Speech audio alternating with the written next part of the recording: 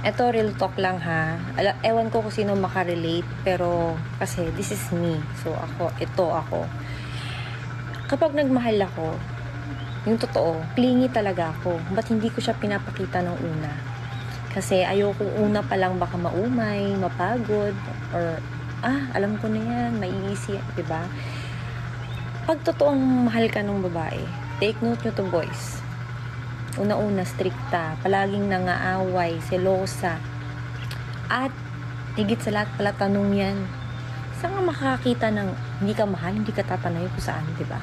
Maraming mga etche-bureche. Imposible. Kaya nga, diba, kapag madalas na nag-aaway kayo, o meron kayong argument, ibig sabihin yan, boys naman, masyado namang manhid ng mga iba dyan.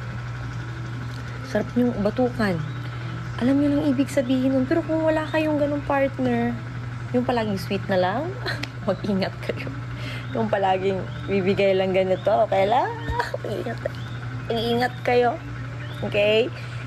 Pero, sa totoo lang, kami yung pinaka-sweet. Basta. Lalo na, ma-effort kami, guys.